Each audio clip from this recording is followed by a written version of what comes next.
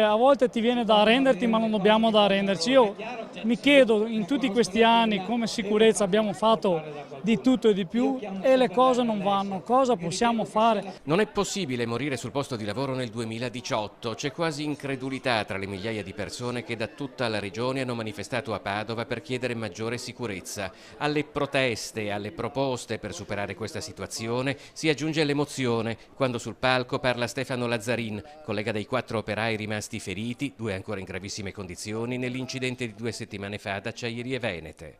Io ho trasparito emozione che era dettata dal dolore, dal dolore dei miei compagni che sono ancora gravissimi.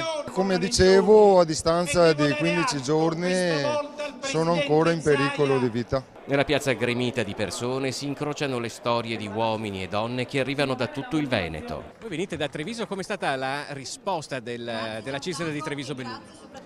La risposta da parte della nostra gente è stata positiva.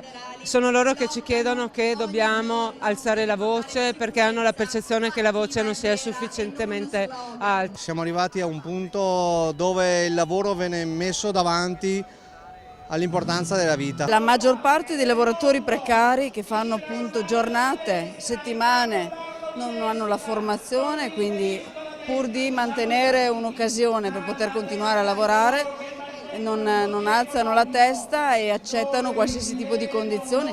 C'è un problema grossissimo degli incidenti al lavoro, come già detto oggi dai vari segretari, che è grossissimo e parallelamente un aumento anche delle malattie professionali,